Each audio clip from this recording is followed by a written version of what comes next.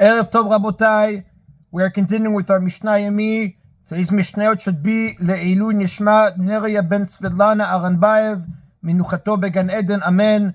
We are beginning today, Rabotai, a new Mesechet Sheviit, Mishnayot Sheviit. I want to read to you, Rabotai, as a general introduction, what this concept in the Torah of Sheviit or Shemitah, some people know it as, what does this entail? What does it refer to? What is this concept, this mitzvah in the Torah? The Torah writes in several places, and we will begin with Sefer Dvarim, chapter 23, Psukim 10 and 11. For 6 years you shall sow your land and gather in its crop. But in the 7th year you shall leave it unattended and abandoned. And the poor of your people shall eat. And the beasts of your field shall eat what is left. This is what you shall do to your vineyard and your olive grove. That is what it says, Rabotai, in Sefer Shemot. In Sefer Vayikra, chapter 25, Psukim 2-7, it says, Daber el bnei Yisrael v'amarta lehem. Speak to the children of Israel and say to them, Ki tavo el haaretz asher ani noten lechem. When you come to the land that I am giving you, v'shavta haaretz Shabbat laHashem, the land shall observe a Shabbat, rest for Hashem. Shesh shanim tizra sadecha. For 6 years you can sow your field. V'shesh shanim tizmo karmecha. And for 6 years you can prune your vineyard. V'asavta tvuata. And you can gather in its crop. Ubashana shvi'it. But in the 7th year, Shabbat Shabbaton yel haaretz. The 7th year shall be a complete rest for the land. Shabbat laHashem. A Shabbat for Hashem. Sadecha lo tizra. Your field you shall not sow. V'karmecha lo tizmor. Your vineyard you shall not prune. Et sefir kitzircha lo tiktzor. That which grows by itself of your harvest you shall not reap. Vet ineve nizirecha lo tivtzor. And the grapes you have set aside for yourself you shall not pick. Shnat Shabbaton yel haaretz. It shall be a year of rest for the land. Vayita Shabbat haaretz lachem leochla lecha ulabdecha velamatecha ulsichircha ultoshavcha garim imach. The uncultivated produce of the land shall be yours to eat, for you, for your servant, for your maidservant, for your laborer, and your resident who dwells with you. And for your animals and your beasts that are in your land shall all its crop be to eat. And the final paragraph in Sefer Dvarim, chapter 15, Psukim 1-2, and then 9. Miket sheva shenim tazeh shmitah. At the end of every 7 years, you shall make a Shemitah, a cancellation. V'zeh tvar Shemitah, and this is the manner of the cancellation. Kol ba'al masheh yado asher yashev bere'eu lo yigos et re'eu ve'et achiv kikra Shemitah laHashem. Every creditor shall release his authority over what he has lent his fellow. He shall not press his fellow or his brother, for he has proclaimed a cancellation for Hashem. Hishamer lecha pen davar im levavcha blial. Beware lest there be a lawless thought in your heart. Lemor, saying, Karva shnat sheva mishemitah. The 7th year is approaching, the year of cancellation. V'ra'a enecha bechicha evyon. And you will become stingy toward your needy brother. V'lo titen lo, and you will not give it him. V'kara lecha l'Hashem v'ya b'cha chet. Then he may appeal to Hashem, and it will be a sin upon you. Rabotai, from these 3 passages, the Torah is commanding us that every 7th year we have to leave our crops unharvested and we have to allow others to take them and eat them. We are forbidden to do certain forms of agricultural work, and we have to forgo loans that are owed to us.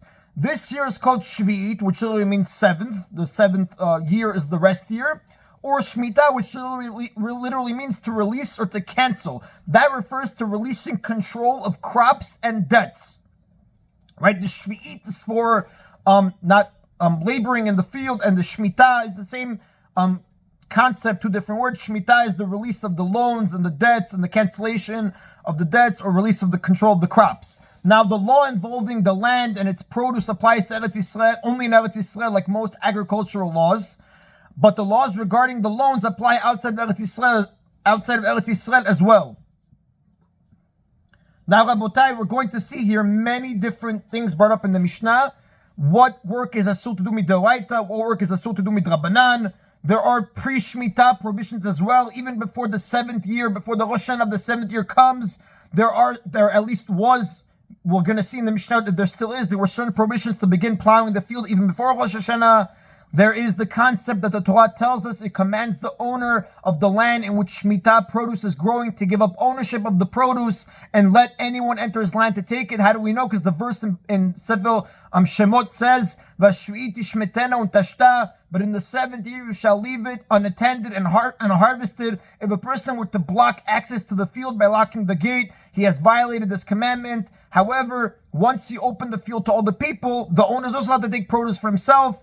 Like we mentioned, no one can take more than what he needs in the short term. You are not allowed to take so much that it will be put into storage. Then it speaks about the use of the Shemitah produce, definition of Shemitah produce, the Drabanan, prohibition of the aftergrowths, the destruction of the Shemitah produce, and the cancellation of the loans. That we'll get more into later on towards the end of Masechet Sheviit. If anyone, Rabotai, I encourage, if you want to get a broad introduction into the Mishnah Sheviit, to use the Art School Elucidated. They have a general introduction which will enhance your knowledge very much in this Torah law. We begin, Rabotai, with Mishnah Aleph. Like we said, the Torah in Sefer Vayikra, chapter 25, Psukim 1-7, it commands that we are not allowed to work our fields in Eretz Yisrael every 7th year. That year, which is known as Shemitah, begins on the 1st of Tishrei, Rosh Hashanah. That will tell us in Masechet Rosh Hashanah, B'ezrat Hashem.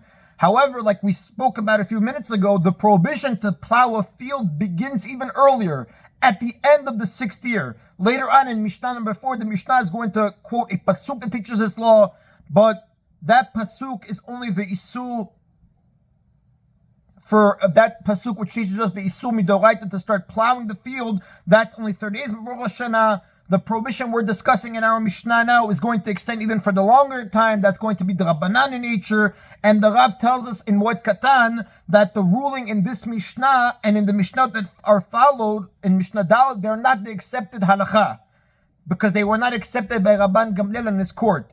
In the opinion of Rabban Gamliel and his court, the Isur of plowing during the 6th year is not a biblical law. It is an oral law. It was not written in the Chumash. It's an oral law given to Moshe Rabbeinu at Har Sinai, and that no longer applies after the Beit Midrash was destroyed. This will be, again, Rabotai, discussed more in Mishnah Daled. This chapter now is going to discuss field of trees, like an orchard. Fields of trees are plowed even when the trees are fully grown. Why? So that the water absorbed in the ground should go deeper into the ground. So today's Mishnah Aleph, is going to discuss at which point in the year you are no longer allowed to plow this orchard, this field of trees. Until when are we allowed to plow a field of trees during the year before Shemitah? When we say here trees, we're referring to a mature tree. Later on, we're going to discuss a young tree called Nitiyah, a sapling. But the Mishnah asks, until when are you allowed to plow a field of trees during the year before Shemitah, the 6th year? Bet Shammai say, Kol zman shu yafeh lapri, you are allowed to plow the field as long as plowing is still beneficial to the fruit of the 6th year. Meaning, there is no set date for the Isur. It goes by whenever plowing is no longer beneficial for the existing crop. That's when plowing becomes Asur. Meaning, generally, when you plow in the spring, it's beneficial to the trees because it allows the water in the ground to penetrate more deeply. But once the ground dries in the summer sun, plowing is no longer beneficial to that year's crop. It will only start being beneficial for the next year's crop, the fruit that will grow during Shemitah. Therefore, the rabbis prohibited plowing after this time. And Rabotai, the time according to well, obviously it's seasonal. It occurs different times from year to year and from field to field based on the rainfall of that year and the strength of the sun. Therefore, Bet Shammai is not giving a set time. They're saying each dependent on, as long as plowing is still beneficial to the fruit of that year. Bet Hillel say, Ad Ha'atzeret, we may only plow until Shavuot of the 6th year, meaning Bet Hillel say there's a fixed deadline. After Shavuot, plowing is generally no longer beneficial to that year's crop, and it gives the impression that it's being done for the next year, therefore it's asur. And the Rav tells us that Bet Hillel agree that plowing is asur once it's no longer for the sake of the 6th year, but they prefer a fixed deadline of saying Shavuot over a deadline that changes. After Shavuot, plowing is asur because, again, it appears that it's being done for the benefit of the Shemitah produce. That is not allowed. The Mishnah concludes that the opinion of Bet Shammai is close to the opinion of Bet Hillel, meaning in practice, Bet Shammai and Bet Hillel's laws, the times are very similar. Why? Since the time when plowing is no longer beneficial to that year's crop generally is close to Shavuot time. Really, the Yerushalmi tells us that they're very close, but Bet Shammai is a little more lenient because their time usually extends a short amount of time after Shavuot. So they're a little more lenient than Bet Hillel. But again, Krovim elu kedivrei elu, they're very close to each other. And Rabotai, like we said, the Rav tells us, Mishnah zu Mishnah Rishona ve'ena halacha. This Mishnah is not the practical Mishnah anymore. It's not the halacha. The Rabban Gamliel u'Bedino nimnu al shnei prakim alalu. Because Rabban Gamliel in his Bedin taught about these 2 chapters, Shem Pesach Bistei Lavan Vatzer Bistei Ilan Vetirum Mutar Lachosh Ad Rosh Hashanah Shel Sheviit. They allowed to plow until the actual Rosh Hashanah of the Sheviit year, like we said. That is, Rabotai, the end of Mishnah Aleph. Mishnah Bet is going to continue. We just defined the point during the 6th year when a field of trees can no longer be plowed, not the halacha, but the Mishnah Rishonah. But not every field in which trees grow in is considered a field of trees. If you remember, we spoke about in Kilayim, we spoke about in Pe'ah, what do you consider a field? What are the boundaries? Right now, we're going to learn regarding the Shemitah year. In order for a field to be considered a field of trees, you have to meet certain requirements. If you don't meet those requirements, the field is going to have the status of a grain field, which is prohibited from an even earlier date, from Pesach before Shemitah. That we're going to discuss in the next chapter. So Mishnah now is going to discuss when a field in which trees is growing is considered a field of trees. What is considered a field of trees that you're not allowed to plow already from the Shavuot or from the Bet Shammai system when it's not longer beneficial to the fruit of that year? Any field that has at least 3 trees planted within a Bet Seah area, which is 2,500 square amot,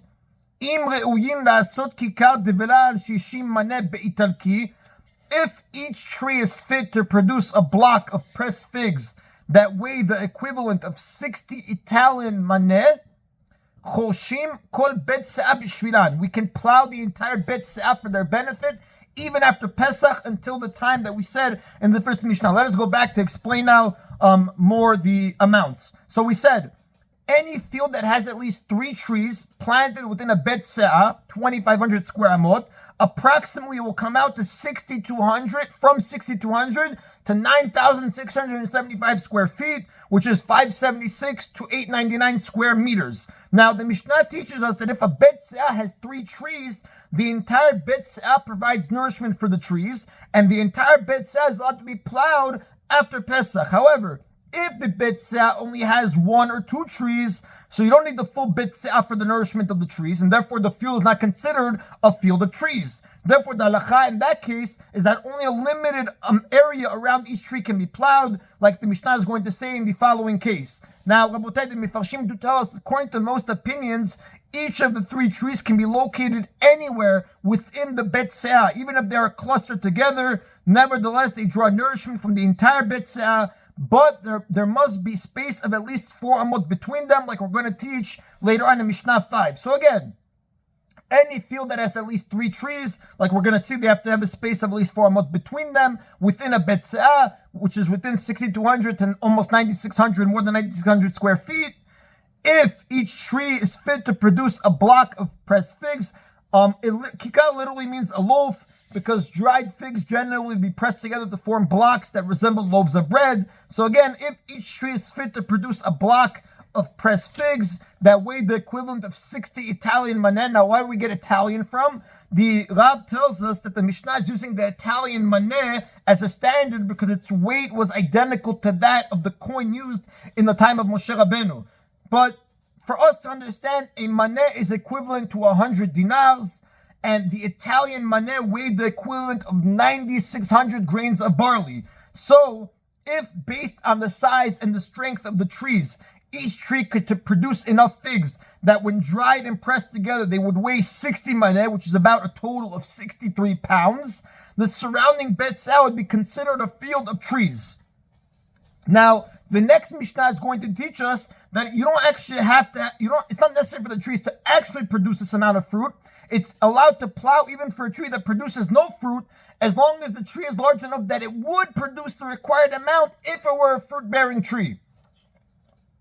So, in essence, we're saying that each tree would be able to produce enough figs that when you dry and press it together, it would weigh about 63 pounds. That's when the surrounding Betzah would be considered a field of trees. Pachot mikan, however, if they produce less than this amount, less than 63 pounds of dried pressed figs, the field is not considered a field of trees, and we may plow for their benefit only the area around the trees that is directly beneath the branches, as well as the amount of space outside of each tree that one who is harvesting and his basket take up. And the Farshim tell us that the Rav explains the verb oreh, we translated the word en choshina el melo ha'oreh, usually refers to one who harvests figs.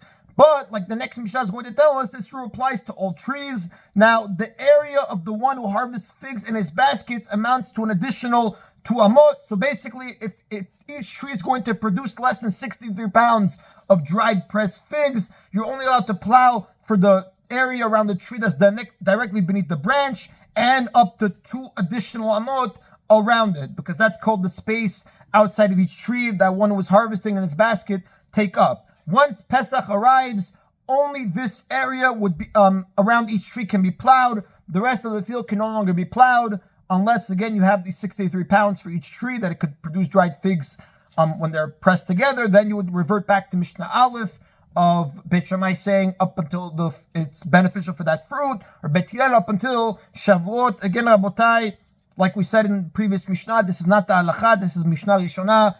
Rabban Gimel and his court did not accept this opinion. Practically, they accepted the Halacha that you can go all the way to the Rosh Hashanah of the Shemitah year. That is then, Rabotai, of today's Mishnah Yomi. Baruch Adonai Leolam, Amen v'Amen.